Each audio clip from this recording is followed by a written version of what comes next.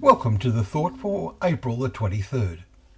Our readings are Deuteronomy chapter 6 and 7, Ecclesiastes chapter 2, and John chapter 19.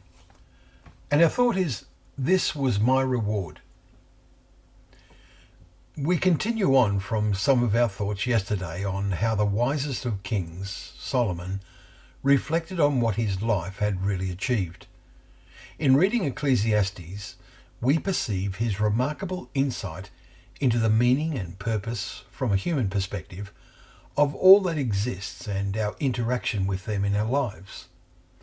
What do his insights reveal? Solomon uses his wisdom to accomplish everything possible.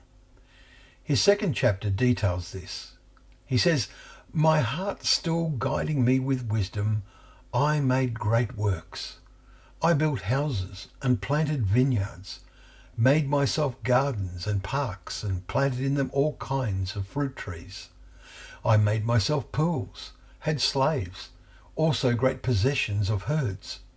Also gathered for myself silver and gold.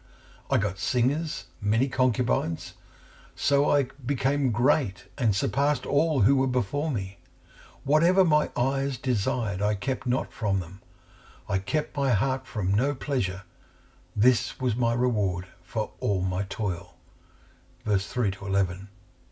Note his conclusion. This was my reward.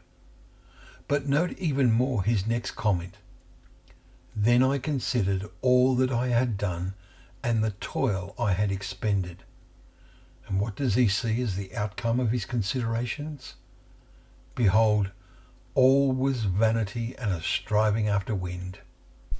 Other versions have, "I saw everything was emptiness and chasing the wind." New English Bible. Meaningless, says the NIV. Solomon saw that human lives have no lasting substance.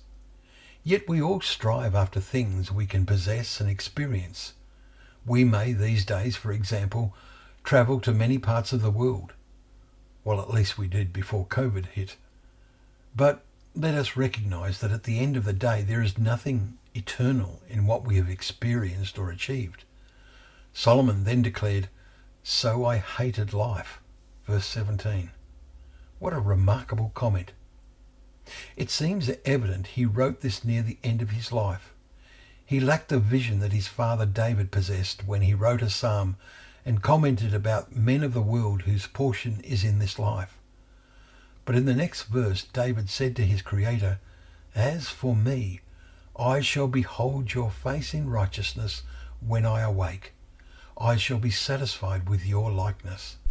Psalm 17, verses 14 and 15. What will we be satisfied with? Those who read Ecclesiastes should look into the mirror of their hearts and consider their ambitions and what they mean, or do not mean, in the eternal perspective of their future. Thank you for joining us for Thought for the Day, where together we can open up the pages of God's Word, remembering that it is a lamp to our feet and a light to our path.